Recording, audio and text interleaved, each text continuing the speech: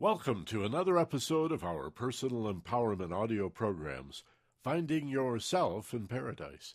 Hi, I'm Michael Benner. And I'm Steve Snyder. And our program today is on rapport, on making connection, on feeling on the same wavelength, speaking the same language, resonating, being in harmony. We used to call it sharing the vibe. You know, it's about feeling you and the other person can be safe together. And you've got to do something inside of yourself to hook that up, because you see, it only takes one person to create rapport between two people if the one person can go where the other person is.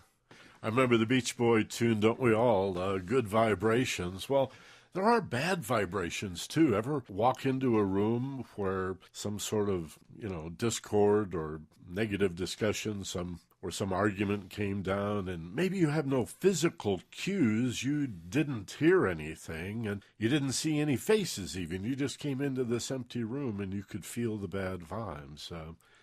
That's a very real phenomena. So when we talk about rapport, it's not really good vibes or bad vibes. It's about connecting to people where they are and then lifting what's ever negative or discordant into harmony. Wouldn't you say, Steve, that rapport is not only the connection but a harmonious outcome or result?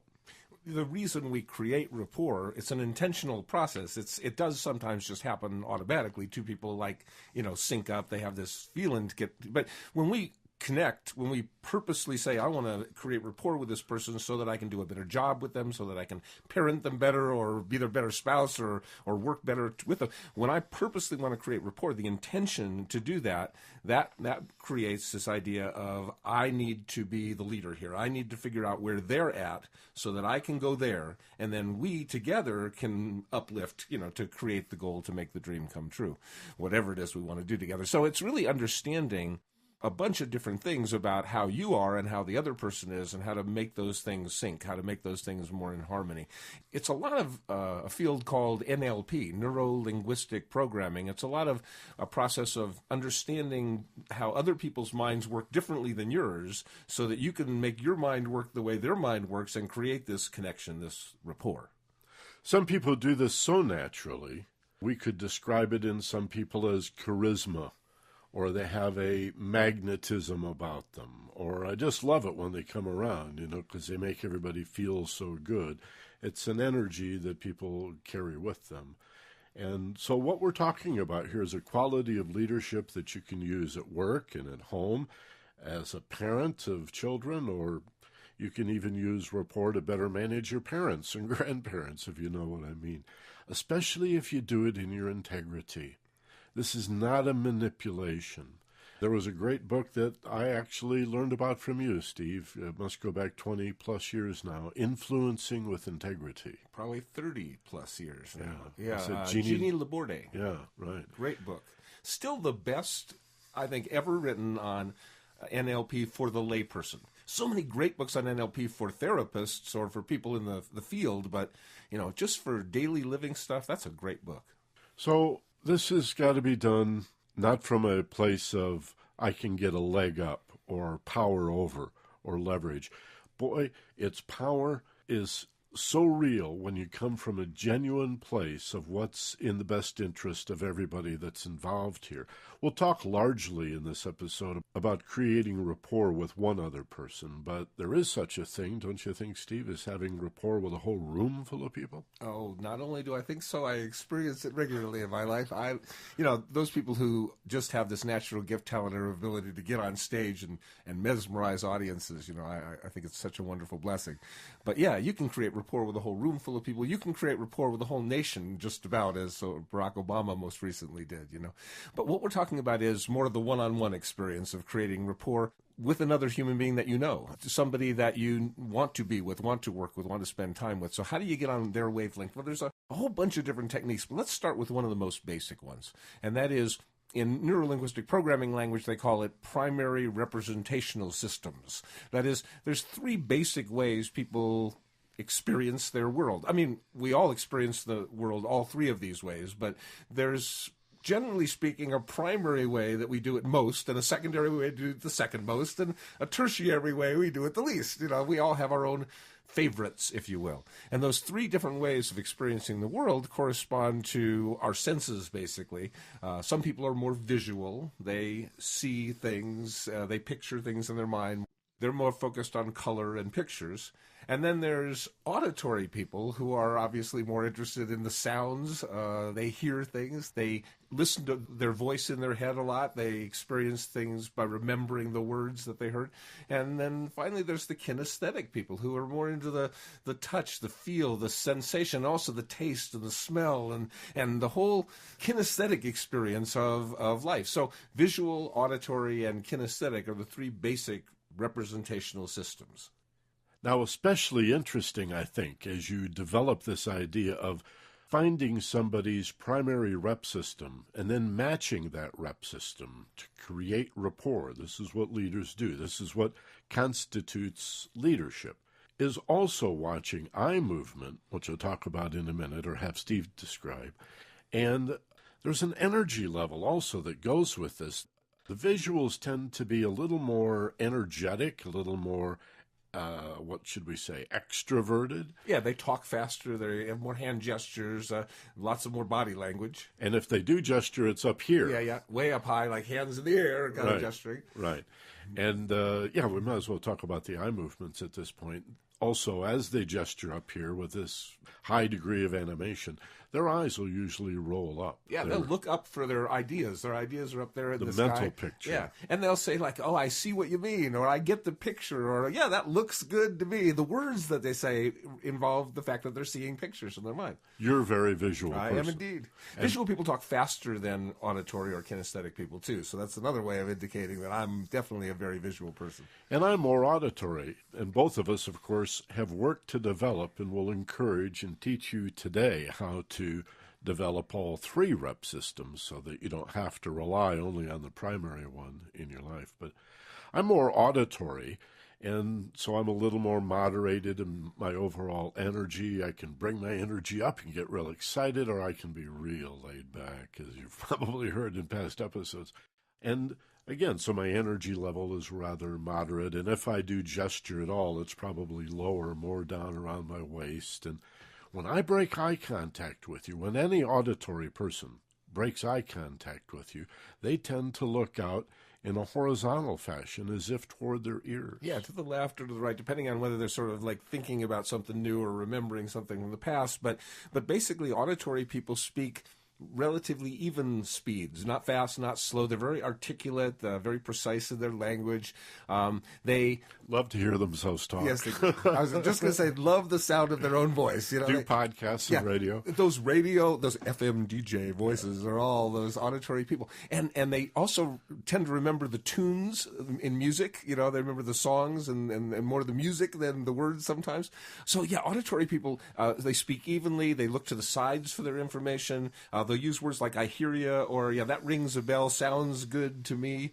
Precise in their speech, and because they listen to themselves speak. They don't slur. Visual people blurt a lot. They just, say things without thinking that and slur things. Auditory people rarely blurt. They much more careful in their and precise in their speech. And kinesthetics often don't speak at all. Yeah, and if they do, they never blurt. Kinesthetics, everything they say has been carefully rehearsed in their mind. They're very careful and cautious, and they want to be sure they're right. They want to be the expert before they speak on something. So the kinesthetic is going to talk about when they do talk. And again, they're coming from a place very deep in their bodies. That's where they go to access their understanding of information. Rep systems is how we organize information, right? How we perceive it, how we attempt to understand it, how we process it, analyze it, synthesize it. And again, we all use all three, as Steve said, but we're talking about finding the natural primary rep system in each person.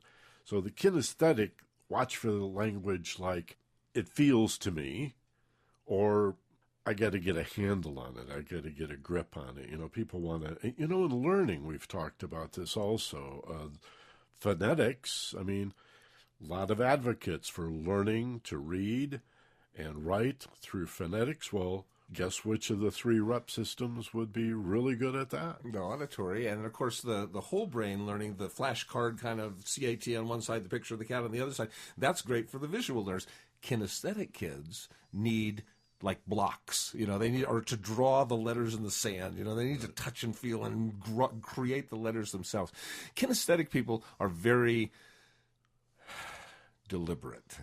They speak slowly, they pause, they ponder, they ruminate, again, very careful in their thought, and their eyes, of course, again, we should make this clear in each of these cases, their eyes will go down. They're looking down into their body, into their feelings, and they'll talk about, like you said, I've got a handle on that fits for me. It just feels right. And they'll be focused on the way things taste and the way things smell and the way things just intuitively feel. They're very, very strong in their intuitive sense of something as well. So understand that this is your researcher person, the person who sits all day long making sure, like writing that perfect book or doing statistics, or they don't spend a whole lot of time interacting with other people because they get overwhelmed by other people. Kinesthetic people need a sense of their own place, their own privacy, and they want to work on their thing more than other people's things, whatever their thing is. Don't give me 5 things to do right now. Let me do my one thing the best I can do it. So visual people speak really quick, look up for their information. They use visual language. I see what you mean. I get the picture. Looks good to me. And auditory people speak evenly. They look to the sides for their information, toward their ears. They'll say things like, I hear you, or that sounds good, or it rings a bell. And kinesthetics will, when they do speak, will speak deliberately and say, oh, yeah, I think that feels right, or I have a handle on that, or, yeah, I can grasp that concept. And they'll be very careful and, as I said, never, ever blurt. If you're selling something to a visual person, like close the sale really hard, because visual people hate like shopping. They see it, they buy it. All the stuff at the checkout stands is for visual people because they just they have nothing else to do, so they see it and they buy it. With auditory people, you want to make them safe to close the sale with them. You want to say, if you can find this for a lower price somewhere else, we'll match it, or come back to us and we'll beat any price, and then they'll feel safe to buy. But with a kinesthetic, what you want to say is, if you have any questions, let me know, and they'll leave, shop at every single store there is, get the world's great, and then come back to the salesperson that bothered them the least and buy it from them. Kinesthetic people hate salespeople. They feel like so intrusive to them, They just want to give me the facts and leave me alone. So it's really important that as a salesperson, if you're dealing with somebody who talks fast, talk fast with them and get them to picture the thing that you want them to buy. And with the auditory, get them to hear, like if you're selling a car, get them to picture the color of the car. If you're selling a car to an auditory, get them to hear the sound of the car. And with the kinesthetic, get them to feel what it feels like to clutch the steering wheel. Speak their language, get into their mode of operating, and all of a sudden they feel safe. It's like, this goes way back to, oh, here's somebody in my tribe. Here's somebody who speaks my language. Here's somebody who's on my side of the fence. They think like I do. I'm safe with them. Let's talk about this a bit more for salespeople, and then we'll talk about how a customer can do the same thing, because honestly, the vast majority of salespeople do not yet have these skills. Some of them, saleswomen and men who are good at what they do, may have adapted these unconsciously or semi-consciously, but to make it a science, as this stuff goes back, as Steve said, some 30 or 40 years now as Neuro Linguistic Programming, NLP, but it's also the essence of hypnosis, as relaxation and suggestion, as fascination, even goes back to mesmerism, the idea of rapport, and to the ancient wisdom of Tibet and Egypt. It's usually left to the shamans, to the medicine men and the medicine women who understood these basic principles. Okay, so we'll talk about a lot of different ways that you can use this, but let's stay with sales for a second and the 3 rep systems. So the salesperson is watching and testing, in a way, the customer to find their primary rep system so that it can be matched. So if it's a car, how's that look to a visual? You notice this person is very visual, right? So how does that look? So what do you think about the color? I want you to see, the salesperson might say, the inside of this. Here, let me open the trunk, or look at that dashboard. How's that look to you? And on the other hand, Steve, if it were an auditory, what might a car salesperson say? Well, how about turn on that engine? This is that throaty roar. Have you ever heard Beethoven on 17 speakers before? Check this one out. And of course with the kinesthetic, Or it's Metallica. Whatever it is. It's another read, but... And then, with the kinesthetics, it's like smell the rich Corinthian leather smell, feel the rich, deep leather. Or kick the tires or slam the door. There you go. Now, understand, with the visual person, you want to connect with them as quick as you can when they come on the lot. So a cool thing is, as soon as a person walks into the used car lot or whatever, you say, so what brings you here today?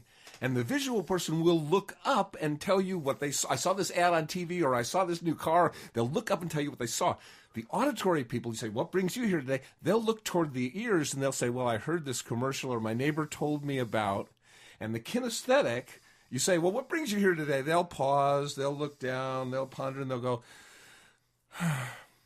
it just feels like it's time to get a new car, So right off the bat, you can create and then if it is a visual, you start talking fast, like you said, about what the car looks like. What color is your favorite color?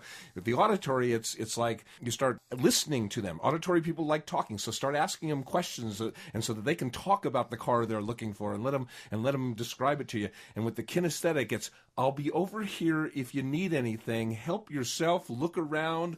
And you do not bother them, and you let them kick the tires and get in, and they'll come over and they'll have done the research. They'll have gone to Google and they'll know everything about it. And they'll say, what's the compression ratio of the cylinders of the engine in this car? Or how many miles per gallon highway will I get? And you just answer their questions and you leave them alone, and they won't buy a car. They'll leave and go to every other used car lot, always waiting for maybe a better price. Because you see, if a kinesthetic prides themselves on their expertise of research, if they bought a car and found another car for less money, the same car for less money somewhere else, they'll kill themselves. Like they will feel like an abject failure. So what they do is they make sure to find the best price they can.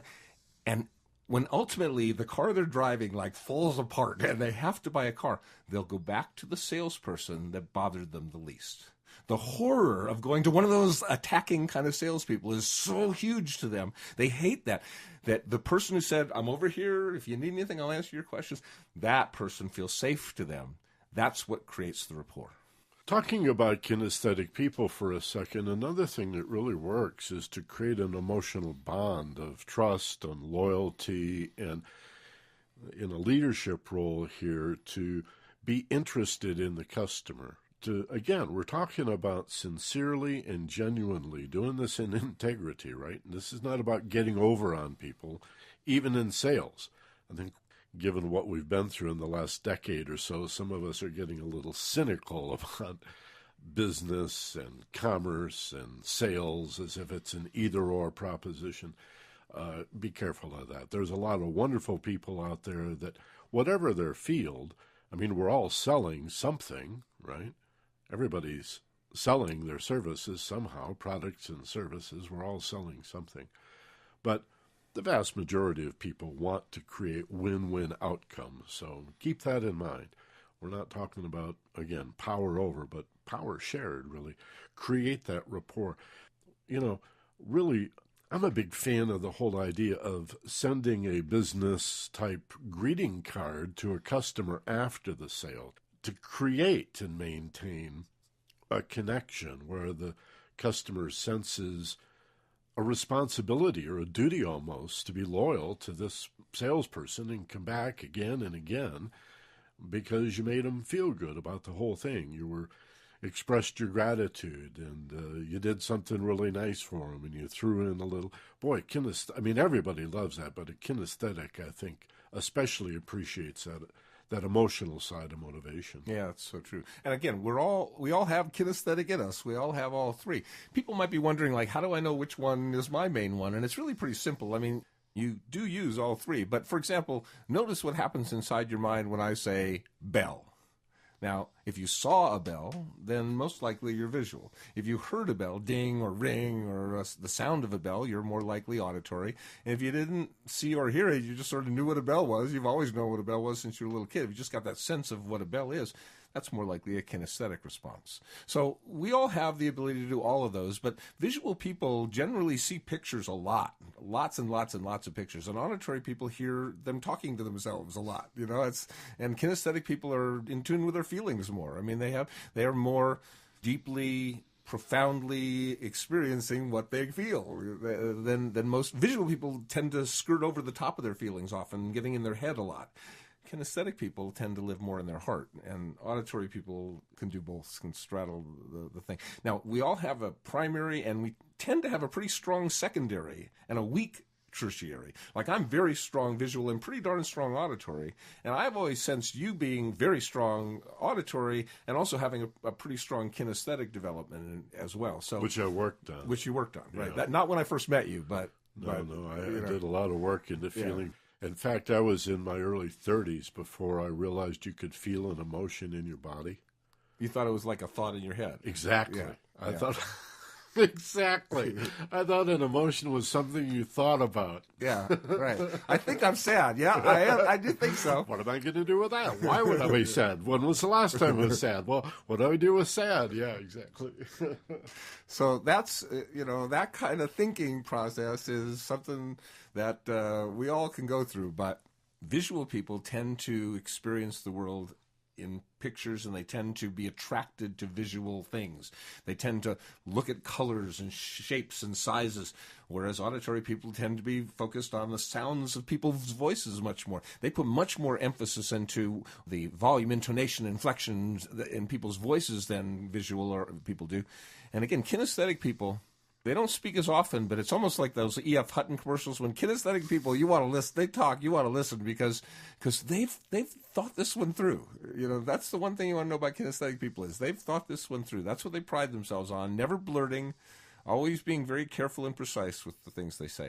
So regardless of what anyone else is, you have the ability to be that in the moment. And it doesn't even matter if that other person is a different way when they're home with their wife than they're being right now. All you need to do is be the way they are being right now. Yeah, we all have multiple ways of being in the world, but when a person comes to work, they're mostly visual, then when you want to interact with them, you want to be mostly visual.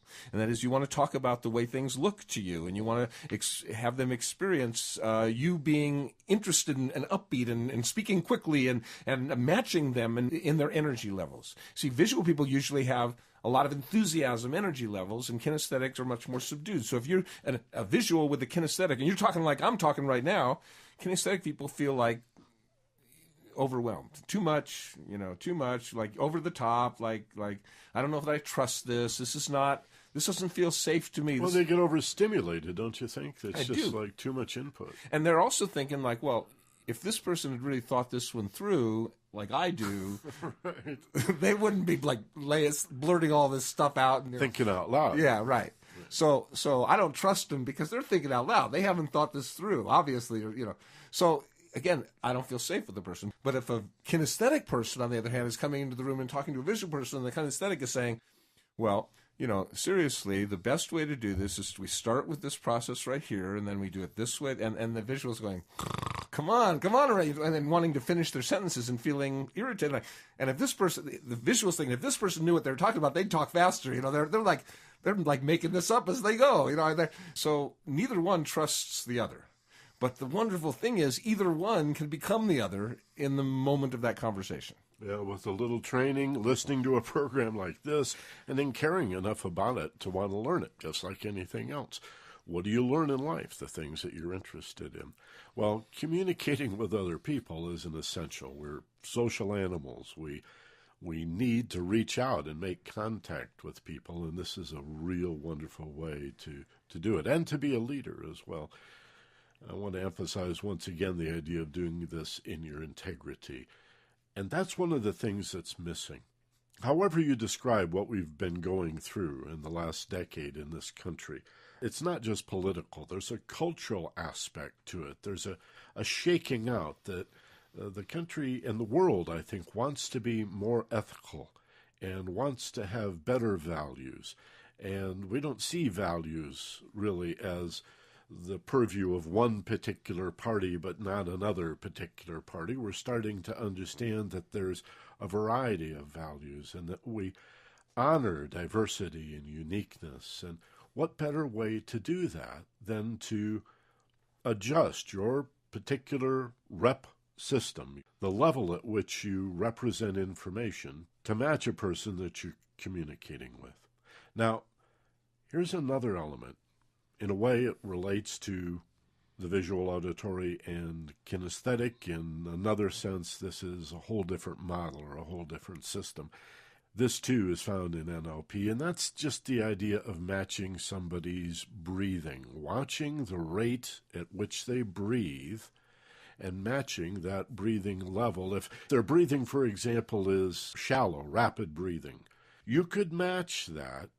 You want to do it in a not-so-obvious way, kind of a subtle way. And then, once you make that connection, you sort of mirror the rate at which they breathe. You can begin to slow it down, and sure enough, they will follow you, and you can lead them into a place where they're actually beginning to feel safer and more relaxed. But the first step is you have to get on the same wavelength with them. You have to match your breathing with them in a way that feels comfortable.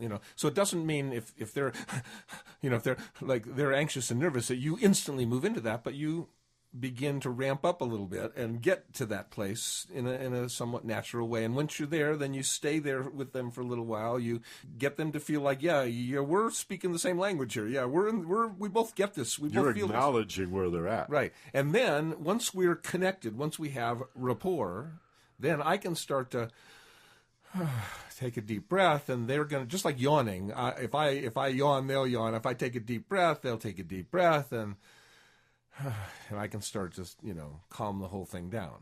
And this is what people who talk hostage situations are trained to do. They're trained to get on the same wavelength and then talk somebody down. Well, it's not quite as drastic when it's a husband and a wife or when it's a boss and an employee, but it's similar situations. It's like sometimes somebody's really agitated, and in that space they're not going to make really good decisions, or they're going to make careless mistakes, and you've got to get hooked up with them so that they get out of that place and get into a place where better things will happen. Then you can do that. But you can't do that by just saying, hey, calm down.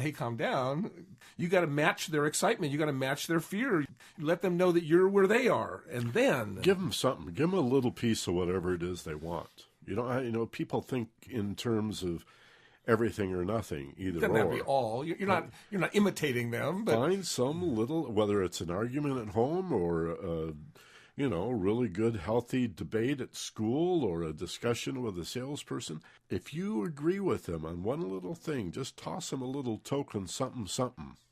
Boy, it's amazing the way you can turn around that relationship. All of a sudden, we're on the same side instead of on opposite sides. It just makes all the difference in the world. So we're talking about not only matching with the person's representational system, being visual when they're visual, but actually matching their physiology. See, when they're breathing rapidly and you breathe rapidly and then make that connection, and then your breathing slows down, theirs will slow down too. But let's say they're tapping their finger on the table, tap, tap, tap, tap, tap kind of thing. Well, you can tap your toe at that same rhythm that they're tapping their finger, and they'll hook up with that too. They're nodding their head a little bit. You want to do this very subtly. Yeah. And again, this is not manipulation. This is an art. This is influencing with integrity. This is for everyone's own good here. Things are a little escalated. We need to de-escalate. This is how we can do it. This is how we can just make things better, just make a deeper, closer, richer connection with somebody. So whatever they're doing, that seems to have a rhythm to it, if you can match that rhythm, then subconsciously they'll feel connected to you, and you'll feel connected to them because your brain's doing the same beat their brain's doing. Whether it's speaking fast or medium or slow, whether it's lots of gestures or very little gestures, whether it's matching their breathing, whether it's matching their rhythm or their beat, however you do it, you can actually match or mirror, actually. Matching, if they're tapping their right finger, matching would be also tapping your right finger. But if they're tapping their right finger, mirroring would be tapping your left finger. So it looks like it's in the mirror kind of thing. But either one, it's got to be really low-key. It's got to be really underplayed. But it's a way of, feeling at the same beat as they are. I think we have to go one step farther also to the whole idea of just body language. If somebody's got their arms folded across their chest and they're closed off to you, mirror that. if your hands are, flailing all over the place and theirs is across their chest, they're not going to feel the connection. Right. In fact, they'll probably just tighten even more. They're protecting themselves from you. But if you match that or mirror that, fold your arms, the idea is not to mirror the resistance, it's to create the rapport. Yes. And then you slowly begin to open your sense of being. You open your arms so they're not folded, and then you open them a little bit more, and then a minute later, maybe you got one arm thrown over the back of the chair next to you, and you're opening up, and sure enough, this other guy is starting to open up, and his breathing is a little bit slower. And again, you've identified this person as visual, auditory, or kinesthetic primarily, and you're using those kinds of words. Remember, the visual sees things. Look at this. The way I see it is, the auditory sounds to me like, well, I don't know if you would just listen to what I'm saying. Well, I hear it this way. And the kinesthetic is going to have those words about, as Steve said, I want to get a grip on this. I'm trying to get a handle on it, or it fits for me, or the most common, it just feels like. Use that language, whether it's negative, positive, whatever the context, to first create the connection. And then you lift, as a leader in your integrity, that relationship into a place of greater balance, where people are ideally open to your wisdom, right? You want to get people saying yes. This is an old sales technique, but it goes along with rapport. Ask questions where the response is going to be yes. And you get them saying yes.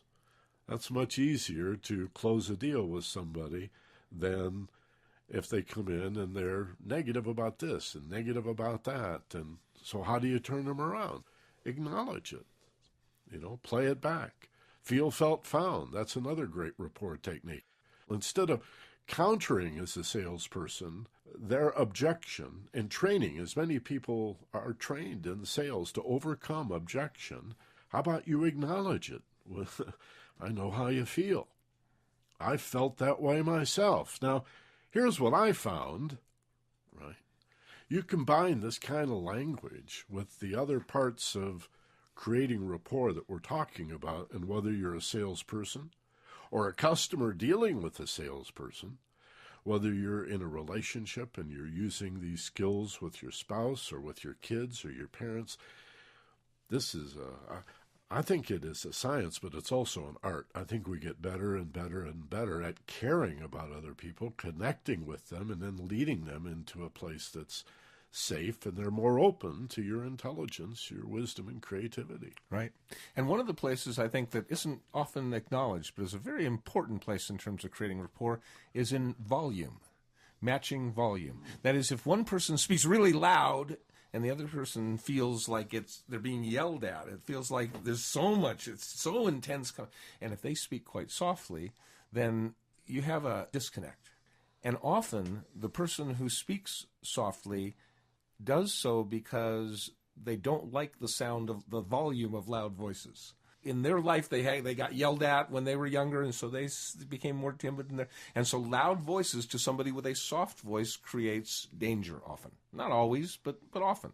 And sometimes a soft voice to a person who has a loud voice suggests timidity, lack of enthusiasm, lack of passion, lack of caring, and lack of love. So volume is really important. I noticed in my marriage early on that I can speak about my anger if I talk about what hurts, kind of thing. But if I raise my voice angrily, that really scares my wife. But what I also discovered is if I raise my voice really excitedly about something, that also scares my wife. It's like the volume is so loud, it reminds her of being yelled at, no matter whether I'm talking about... Even if it's good. Even if it's good. Huh. So what I found I have to do, it works great, is to just turn down the volume control a little bit. See, I'm so used to speaking in front of dozens, hundreds, thousands sometimes of people that I have this, when I get excited, I have this like projection thing.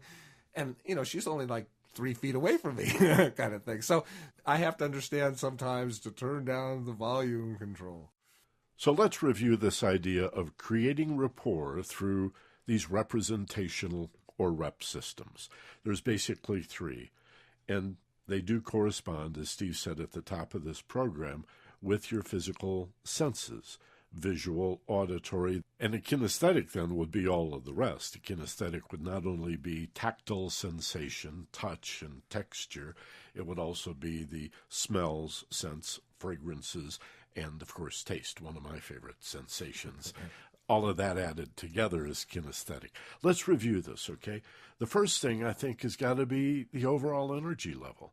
The visual just is extroverted. They talk fast. They're high energy. They gesture up high. The kinesthetic, on the other end, they hardly speak at all. And if they do, pay attention, because this is well thought out. It's heartfelt. This is often very emotional, right? And coming from deep inside.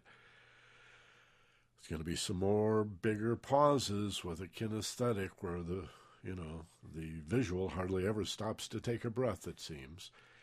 And they probably won't gesture at all. The auditory then would be somewhere in the middle. The auditory gestures a little bit. Their energy is moderate, a little slower than the visual, certainly a little more energetic than the kinesthetic. And that's the place to begin.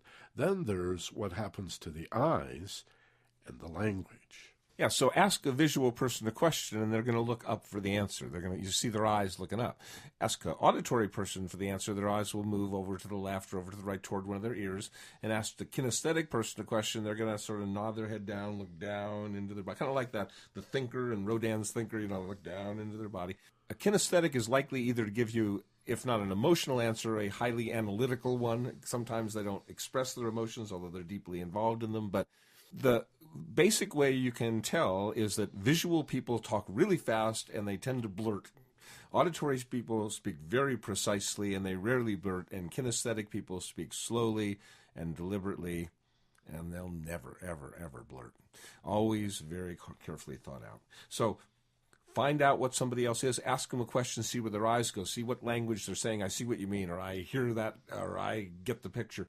Understand that their first words to you could be the indicator that you need. The first moments that you're with them, whether their eyes go up or down or to the sides, could be the indicator that you need. And just match the speed of their talking, match the volume of their talking, match their body a little bit. If their arms are crossed, cross your arms, match the breathing, and then as you've created that rapport, as you begin to relax, then they'll begin to relax too. Now, as we show you how to do this, we're going to actually do an audio journey now, a guided visualization, guided imagery meditation to help you install this and rehearse it or practice it in your life, because it's like any other skill. And yet I want to underscore as we go into this audio journey, this is not about creating rapport and staying there. Rapport is a process where you match people on their level and then take them to a safer, more relaxed place where they're more amenable to your suggestion, to your insight, to your understanding, to your goal, even if it is selling something to them. Ideally, you're doing this out of your integrity, and you really believe that this car or this home that's being sold or this insurance program or whatever really is in their best interest.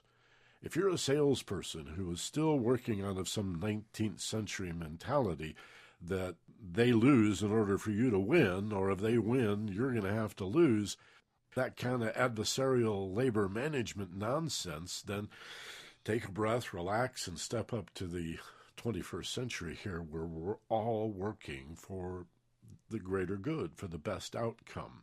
It's a superior victory when everybody wins. So rapport is a process. You match their rep system, you create that connection, you plug in, and then where you go as a leader is exactly where we're going now.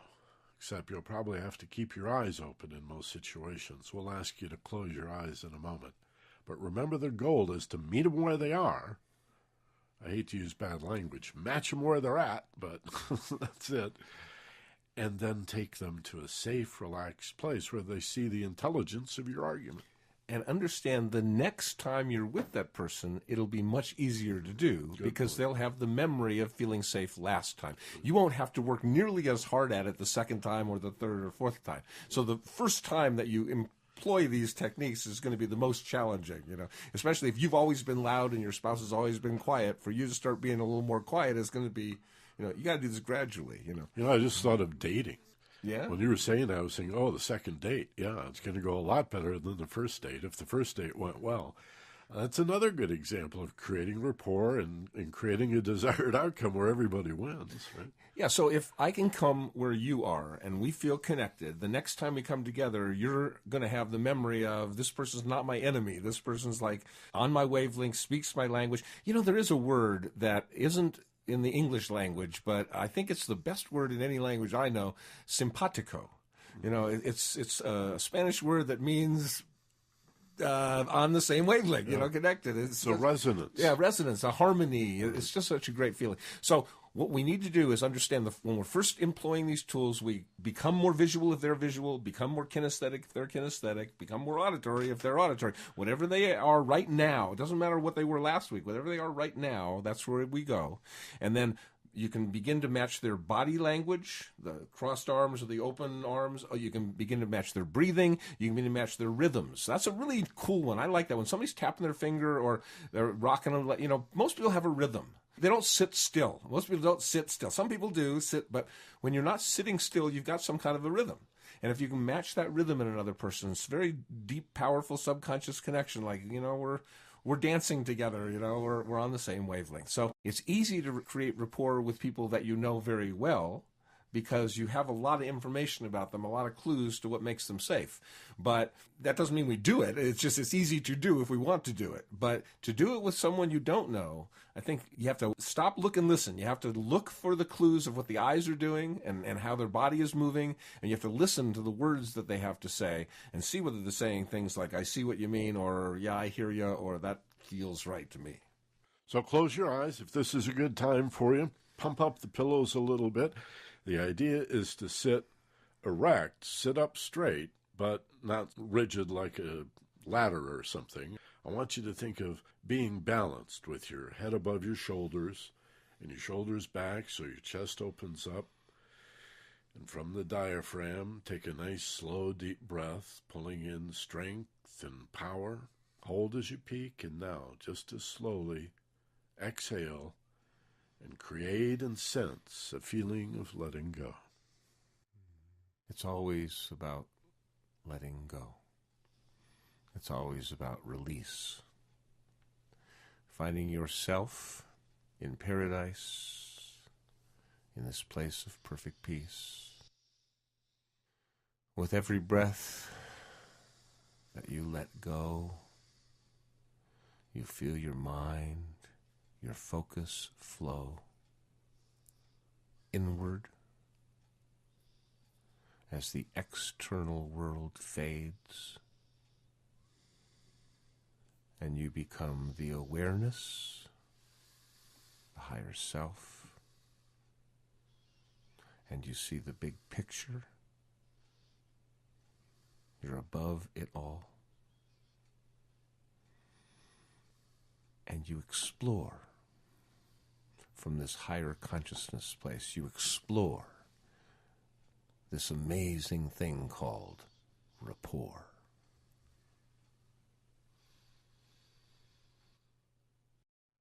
Allow yourself to remember a time when you were on rapport with an individual or maybe a group.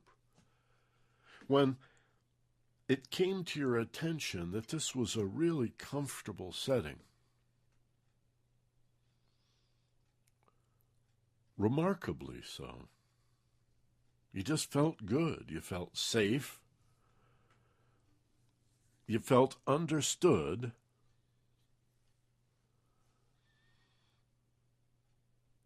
You felt that connection that everybody longs for. And without even wondering about why that might have been so on that particular day or in this instance, just right now, feel in your body how it feels. Remembering times that you have been in rapport. And notice exactly how that feels. Start with exploring inside, in your heart. When you feel in rapport, the feeling of being safe, the feeling of love, the feeling of oneness, connection, simpatico, unity, the feeling of being one. Imagine this feeling of rapport as if it's a fait accompli, a done deal, something that you can be, a state you can be in, a state you can achieve. Imagine this great rapport and let yourself believe that it's possible to do. Being in wonderful rapport it's possible for you. And you can do it subtly, with integrity. Masterfully, you can create a sense of whoever you're with feeling safe. Like you're on the same wavelength, like you're singing the same tune, like you're moving at the same speed, like you're shooting the moon together. It's like together. It's like you and me. It's a us. We're on the same wavelength. We're riding the same bus. The path to unity is through harmony. Harmony is the way. So when you disagree with someone, to create, maintain, and even develop rapport, acknowledge the disagreement in the most positive way possible. In other words, simply find some aspect of that disagreement that you can acknowledge in the other person. Some little area of discussion where you can give some agreement. It's amazing how just a dash of acknowledgement, just a drop of I can understand how you'd feel that way, without needing to set them straight or maintain this dichotomy, will encourage the person you're in rapport with to drop their guard, to lower their defenses, and to then open up to some area where they may agree with you. It's simply sowing that which you wish to reap. It's giving that which you wish to receive.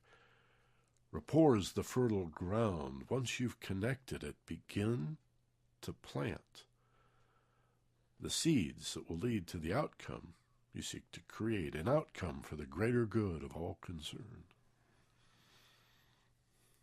And as you feel yourself in rapport with the people in your life, you notice how you can bring them out of their states of strife, that you can match them wherever they're being, whether they're feeling or hearing or seeing, and then match their breathing too. And then all you have to do is let your breathing slow down, and they'll follow through. So go where they are. Match where they're being.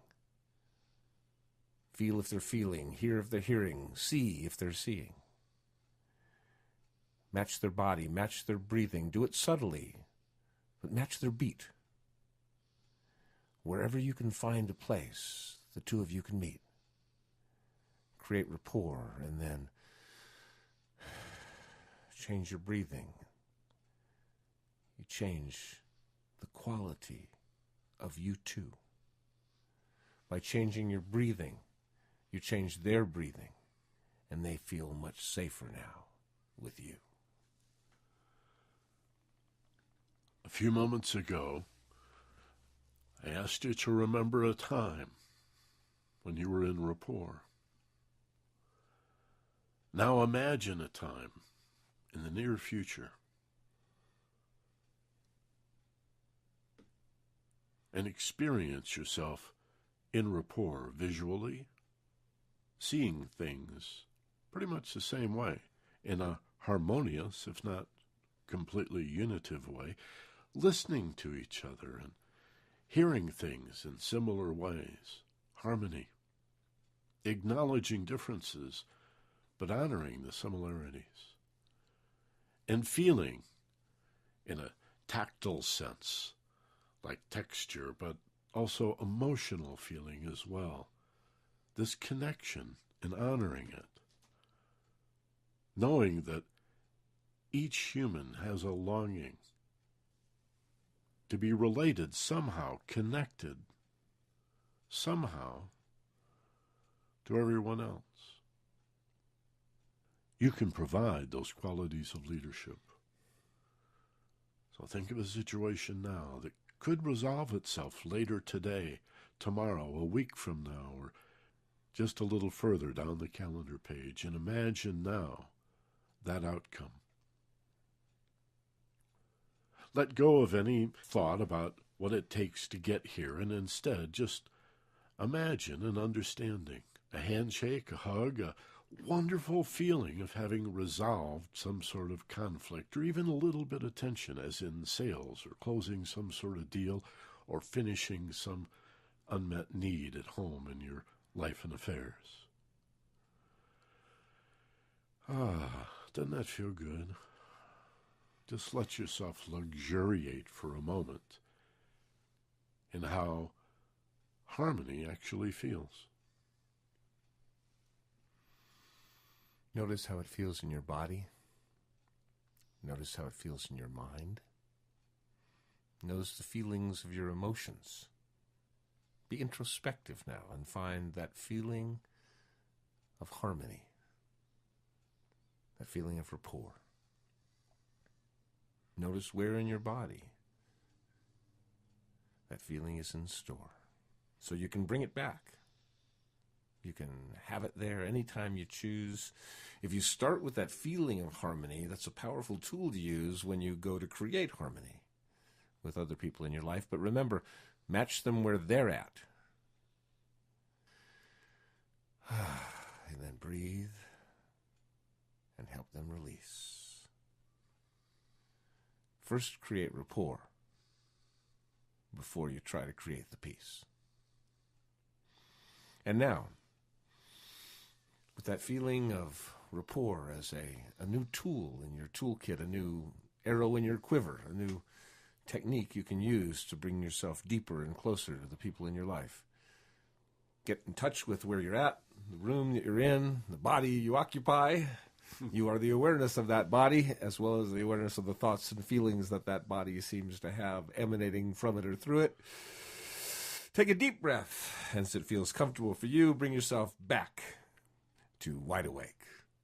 You know, Michael, I'm remembering a song from a long, long time ago, one of the first rock and roll songs I ever liked, I guess maybe my first early favorite Rolling Stones song, Connection. Keith Richard, one of the lines, all I want to do is get next to you. I mean, to me, that's really what people want. All I want to do is just get next to you. I want to get next to you emotionally. I want to get next to you physically. I don't want to be apart from you, away from you. I want to connect with you. I want to be next to you. And I think this whole show on rapport is really about all we want to do is get next to you. Yeah, harmony is the path. That's it again. How do we honor our distinctive uniqueness, our diversity, and at the same time, the unity, the fact that, like the environment or the ecosystem itself, it gets its unified strength from diversity. And if that seems a little paradoxical, then you got to look at the harmony that's in the middle between the unity and diversity. That's a wonderful concept. It's really an ancient mystical tradition. It's a synonym for love, really, and we've also used the word peace. So that is an outcome, certainly, but we'd like to have you think of it as a process or a way, the path, if you will, the middle way is a way of peace and harmony and creating rapport. Imagine the quality of leadership. You're going to love this stuff. And let me say one final time, if some part of you still feels like this is manipulative, it's not manipulation, it's orchestration, right? This is for use to create your sense of the greatest outcome for all concerned. So if you ever feel like you're taking unfair advantage, well, then take a breath and relax and reframe the situation.